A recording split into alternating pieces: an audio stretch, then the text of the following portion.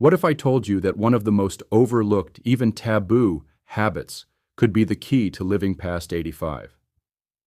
That something as personal and natural as self-pleasure might hold the secret to not just longer life, but a better one.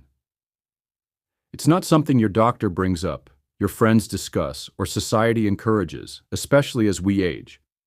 But science is clear. And what you're about to hear might just change the way you think about aging. Forever. Before we dive in, don't forget to like this video and hit that subscribe button for more eye-opening insights from our source for proven senior health guidance.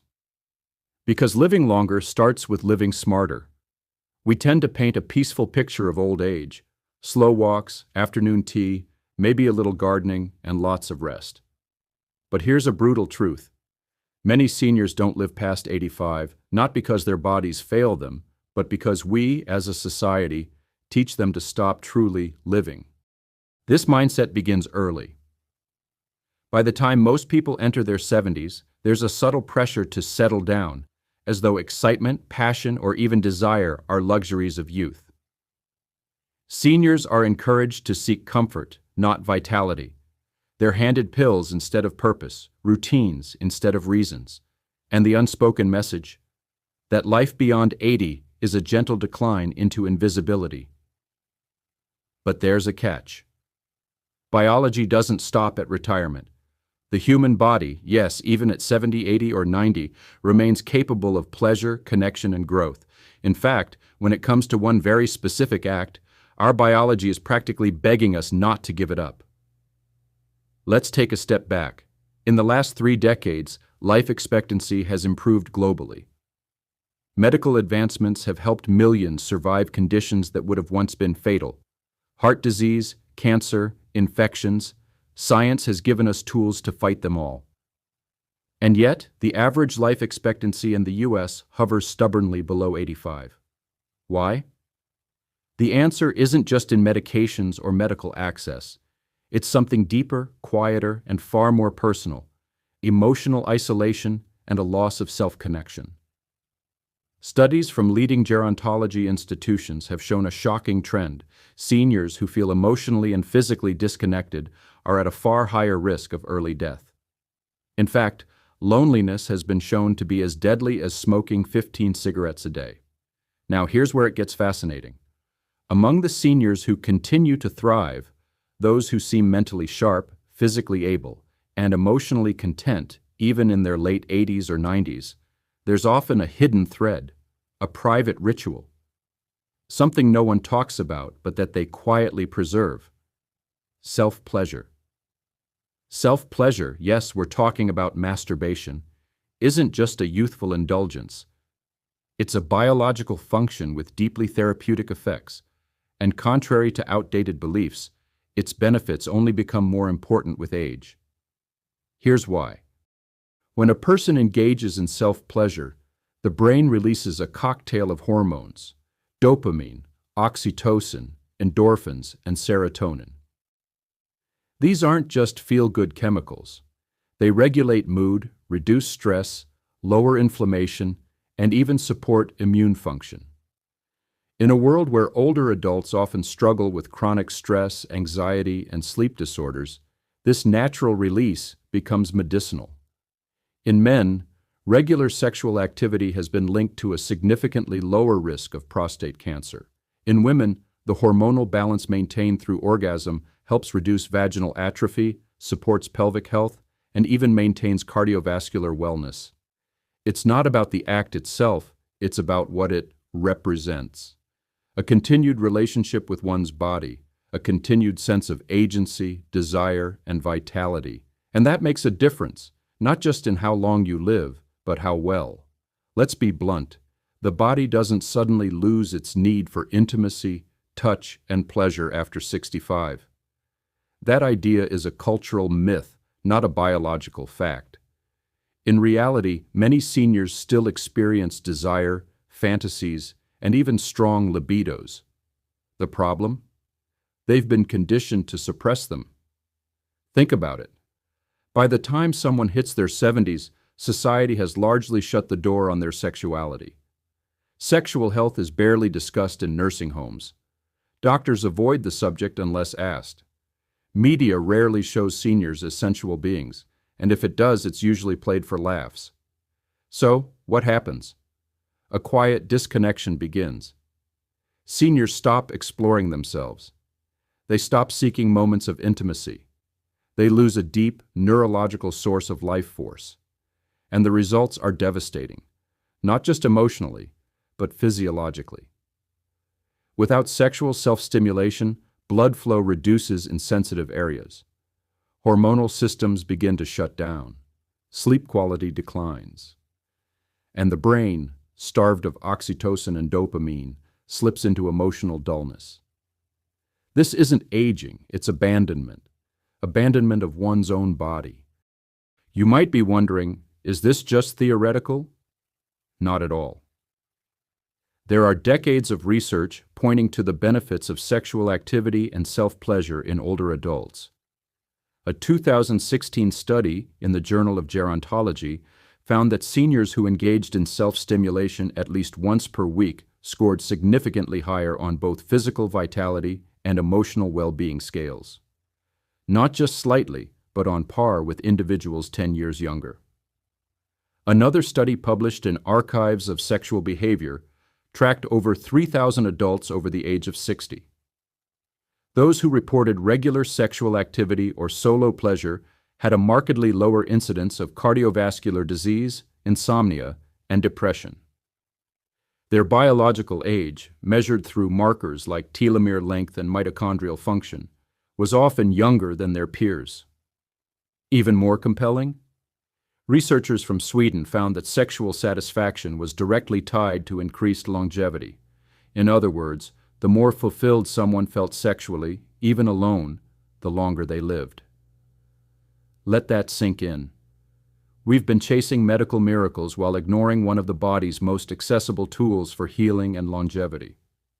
Let's shift gears for a moment. In Okinawa, Japan, a blue zone where people frequently live past 100, researchers were stunned to find that many elders in their 80s and 90s continued to discuss sensuality and pleasure openly. It was normalized, not hidden, not shamed. Likewise, in Scandinavia, a region with some of the highest elderly well-being scores, programs are in place to promote intimacy, even in senior living facilities. Seniors are encouraged to maintain self-pleasure as part of their personal health routine. Compare that with Western cultures, where seniors are often infantilized. Their sexual health is ignored, and their emotional needs are treated as less important than their blood pressure. The difference? Those who live longer don't just manage disease, they manage desire. They allow themselves to feel good, not someday, not in theory, but now today in the quiet privacy of their own lives. Here's something most people don't realize. The brain doesn't operate in isolation. It thrives on input, stimulation, and connection, especially as we age.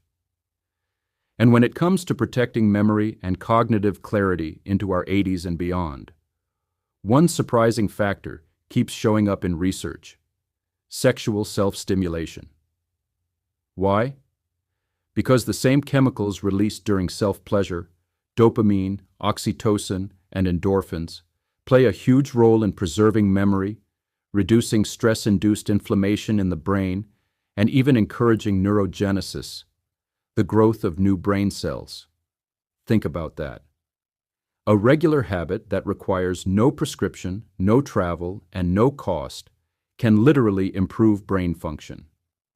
In a 2019 study conducted at Coventry University in the UK, older adults who engaged in more frequent sexual activity, solo or with a partner, had significantly better verbal fluency and memory recall than their less sexually active counterparts. The researchers concluded that these positive effects were likely due to the increased circulation and hormonal balance triggered by arousal. This isn't about sex for sex's sake. This is brain care, mental health maintenance, self-respect in action. And yet again, this isn't something our healthcare system promotes. Most cognitive decline prevention programs focus on crossword puzzles and diet, but ignore the one practice that has been biologically intertwined with our mental alertness since birth: pleasure. Many people assume that hormone levels simply fall off a cliff after age 60. While it's true that testosterone, estrogen, and other sex hormones naturally decline, the rate and severity of that decline aren't set in stone.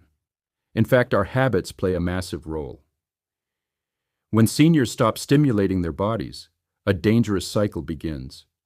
No stimulation leads to lower hormone production.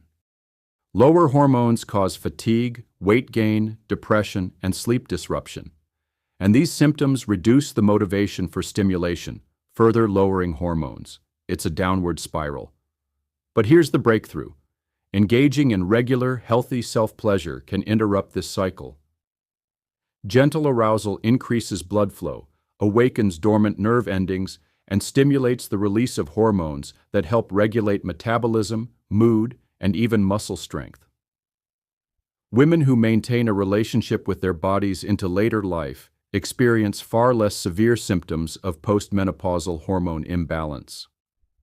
Men who engage in consistent stimulation maintain healthier testosterone levels, which has been linked to reduced risk of cardiovascular disease and improved muscle retention. This is not about vanity or indulgence. It's about balance. It's about feeding a system that, left alone, will quietly deteriorate. Your body may age, but its ability to respond to pleasure, to grow stronger from stimulation, and to find balance through consistency never completely disappears. Now let's talk about something deeper: loss. Many seniors spend their later years grieving loss of partners, friends, careers, physical strength, independence. In that sea of emotional weight, it's easy to feel disconnected not just from others, but from yourself. And this is where self-pleasure, often misunderstood as a purely physical act, becomes something else entirely: an emotional anchor. It's a way of returning home to the self, a quiet, private act of self-love, a daily reminder that your body is still yours, still alive, still able to give you something beautiful. This matters, because when we lose touch with our bodies, we lose touch with who we are. In one study published in the Journal of Aging and Mental Health, older adults who reported regular sensual or sexual touch, even if only self-initiated, had measurably higher self-esteem, lower rates of depression, and improved resilience during periods of grief or transition. Pleasure is not a luxury, it's medicine. And for the aging soul, it may be one of the last lines of emotional defense in a world that often forgets the elderly are still full, feeling beings. Let's be real. This isn't just a personal issue, it's cultural. For decades, society has trained us to think that aging should come with shame, modesty, and silence, especially when it comes to pleasure, especially for women, especially for anyone over 65. We hide aging bodies, we ridicule elder sensuality, we stop asking questions, and in doing so, we've unintentionally pushed millions of seniors into isolation, not just physically, but spiritually. But that's changing. Today, there's a growing wave of older adults who are rejecting shame, embracing self-care, and reclaiming what was once silenced. Sex therapists, gerontologists, and progressive care facilities are beginning to speak openly about self-pleasure as a tool for long-term health. And slowly, media is catching up. There's still a long way to go. But one thing is clear: the more we normalize senior sexuality and self-intimacy, the healthier and happier our aging population will become. If you've gone years or decades without self-pleasure, you may be wondering, can I even start again? Is it safe? Will it feel natural? The answer? Yes. With gentle patience, it absolutely can. Start small. Set aside quiet time with no distractions. Create an environment that feels safe, calming, and private. This is your time. No judgment, no performance, no expectations. If physical limitations or medical conditions make traditional forms of stimulation difficult, there are countless adaptive tools and techniques that can help. Lubricants, massage devices, ergonomic cushions, and even breathing exercises can make a massive difference. And perhaps most importantly, let go of guilt. Let go of shame. Your body isn't something you need to earn the right to enjoy. It's yours. It's still here. And it still wants to care for you if you let it. This isn't about becoming someone you used to be. It's about honoring the person you are right now, fully, compassionately, and without apology. Here's the part that might shock you. Most general practitioners won't bring this up. Not because it's irrelevant, but because they don't know how. Sexual wellness in seniors has been historically excluded from medical training, which means your doctor may know how to monitor your blood pressure, but not your libido.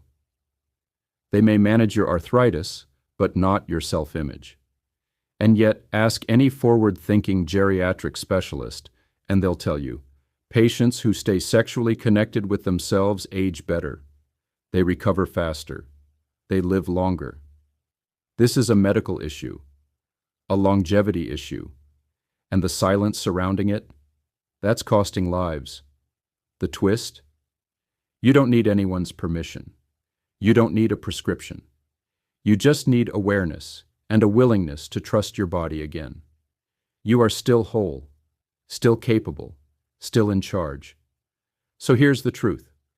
Many seniors don't live past 85 not because of disease or genetics, but because they slowly detach from the very experiences that made life meaningful in the first place. Connection, stimulation, pleasure, joy. The quiet decision to stop touching yourself, to stop feeling, is one that, over time, can shorten your life. But the opposite is also true, choosing to reconnect, choosing to stimulate your senses, choosing to honor your body. These are not small acts. These are radical declarations of life. And you deserve that life. Not just more years, but better years. Years full of energy, clarity, confidence, and connection. So if no one else has told you this, it's okay to feel good. It's okay to want more. It's okay to take care of yourself, all of yourself. Because the real secret to longevity, it's not a pill. It's not a perfect diet. It's staying in touch with the person you are and loving that person enough to never let them go. Don't forget to like this video and subscribe for more empowering insights from our source for proven senior health guidance. Because it's time we all stopped aging quietly and started aging boldly. We'll see you in the next video.